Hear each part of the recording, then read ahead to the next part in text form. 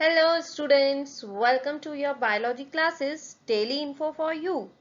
This is the YouTube channel of dailyinfoforyou.com और यहाँ हम आपको बायोलॉजी के टॉपिक्स बहुत ही इजी वे में पढ़ाते हैं ताकि आपको कॉन्सेप्ट्स भी क्लियर हो और आप अपने एग्जाम्स में बढ़िया स्कोर कर सकें।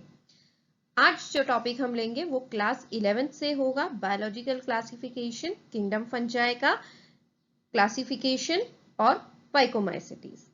तो चलिए मेरे साथ और स्टार्ट करते हैं किंगडम फंजाई।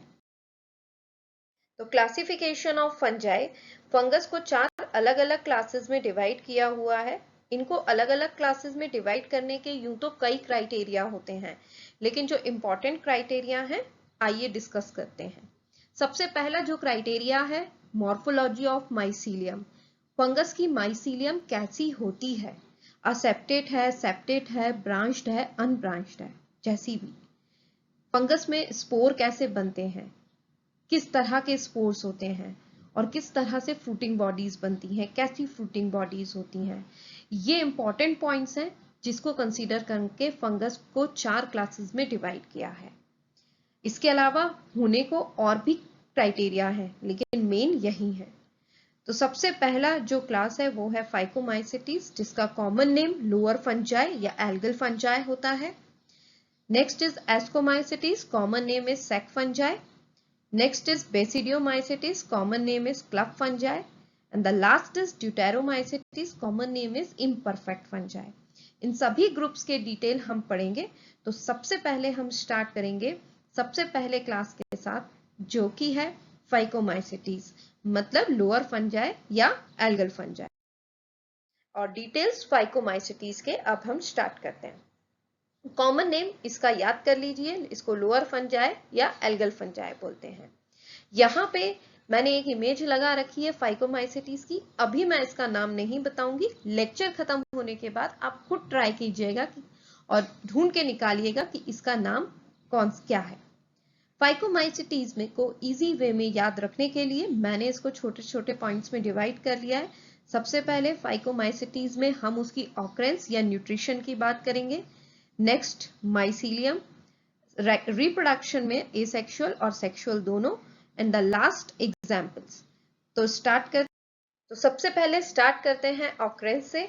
ऑकरेंस ये गीली जगह और पानी में, ऐसे आप याद रखिए, ये दोनों जगह मतलब गीले में पन में भी होंगे और पानी में भी हो सकते हैं। अब इसको हम बोलेंगे एक्वेटिक हैबिटेट है, या ये moist damp places, decaying would, गीली लकड़ी है, सड़ती हुई लकड़ी है, वहां पर ये होते हैं। और प्लांट्स पे ये पैरासाइट्स की तरह भी होते हैं, और वहां पे ये ऑब्लिगेट पैरासाइट्स यानी स्ट्रिक्ट पैरासाइट्स की तरह प्लांट पे देखे जाते हैं। Next point mycelium. माइसीलियम इनकी कैसी है, असेप्टेड। यहाँ इमेज में देखो, बीच में आपको कहीं भी यहाँ पे सेप्टा नहीं दिखेगा। एसेप्टेड माइसीलियम में हमने पढ़ा था कि ये मल्टीन्यूक्लिएट अपीयरेंस देती है, जिसको हम सिनोसिटिक हाइफी बोलते हैं। तो याद कर लीजिए, aseptate coenocytic hyphae. Next asexual reproduction, को याद होगा जूस्पोर्स, क्या बताए थे मैंने, जूस्पोर्स हमने वैसे स्पोर्स पढ़े थे जिनमें फ्लैजेला होता है, वो मूव कर सकते हैं। तो इसमें जूस्पोर्स बनते हैं या नॉन मोटाइल स्पोर्स बनते हैं, जिन्हें हम कहते हैं एप्लानोस्पोर्स। याद है एप्लानोस्पोर्स, नॉन मोटाइल स्पोर्स ऐसे बताए थे। स्पोरेंजिया, एक बैग लाइक स्ट्रक्चर में छोटे छोटे से स्पोर्स बनते हैं और उन्हें हम कहते हैं स्पोरेंजियोस्पोर्स। वो नॉन मोटाइल होते हैं। तो नॉन मोटाइल होने की वजह से स्पोरेंजियोस्पोर्स दे कम अंडर एप्लानोस्पोर्स। तो एसेक्सुअल रिप्रोडक्शन याद रखिए दो तरह से, zoospores and aplanospores. Next sexual reproduction.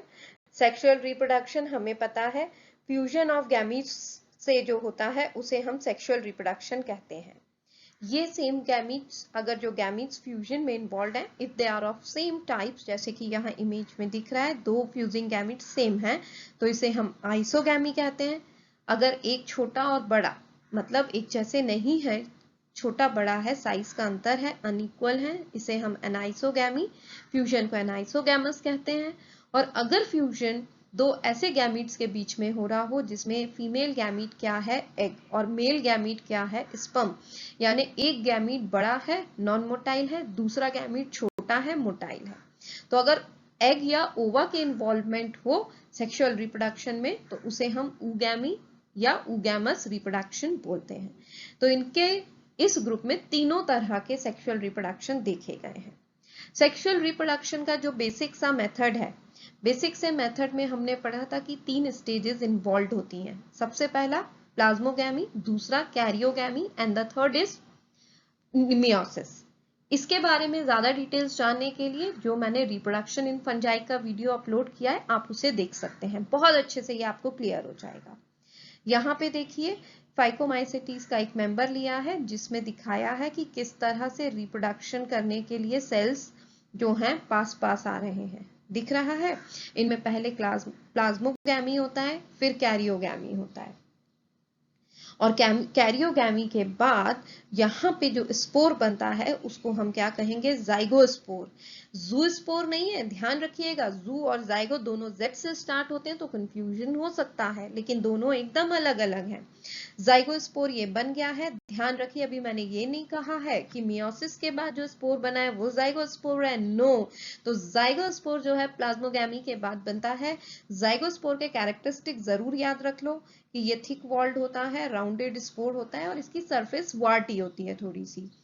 Zygospore थोड़ा सा यहाँ पे अलग तरह से है क्योंकि ये डिप्लॉइड स्पोर है, बिना मियोसिस के बन गया है। लेकिन मियोसिस स्पोर में यहाँ पे होगा, जाइगोस्पोर में मियोसिस होगा और उसके बाद जो हैप्लॉइड स्पोर्स बनेंगे उनको हम कहेंगे जर्म स्पोर्स, और यही स्पोर्स हैं जो आगे जाके फंगस बनाएंगे।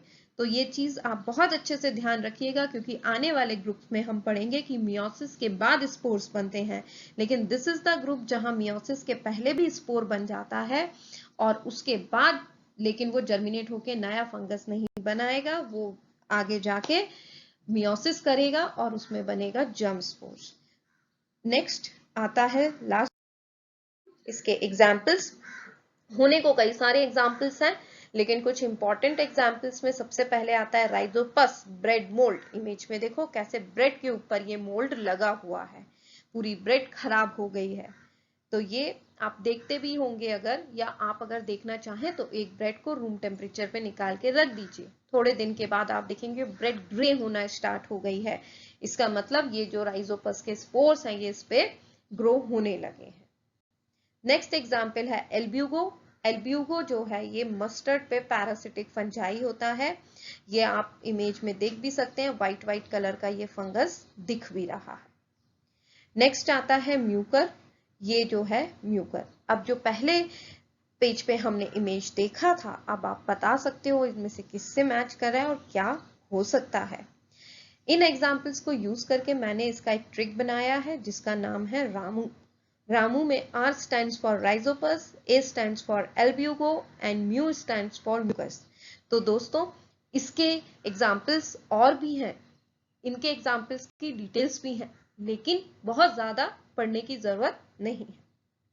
इसी तरह के और भी वीडियोस के मैं अपलोड करती रहूंगी, लेकिन उसके लिए आप देखते रहिएगा मेरा चैनल।